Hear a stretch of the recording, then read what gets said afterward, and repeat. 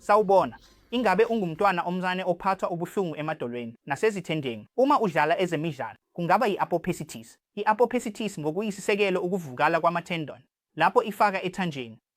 Izimpawu ngokuvamile ubuhlungu eduze kwejoyinti ikakhulukazi lapho itendon ingena khona emathanjeni, kungaba eduze kwamadolo, kungaba eduze kwezithende futhi. Lokhu kuvame ukuba yizindawo eziphakeme zamathambo ozizwa futhi uzwa nobuhlungu nokuvuvukala kuleyo ndawo. Okubaluleke nakakhulu, lezi zivamile eminyakeni yobudala futhi siphatha ngokuvumelana nesibonakaliso. Uma unezinhlungu nokuvuvukala, qiniseka ukuthi kufanele uphumule, ubeke iqhwa, uphuze imithi yokuvimbela ukuvuvukala, futhi uhambe nokubuyisela esimweni esifanele, futhi unike isikhathi ngaphambi kokuba ululame esimweni esijwayelekile. Uma kudingeka, sihlola ngokujulile nge-Tray Nemra ukuze siqonde kangcono.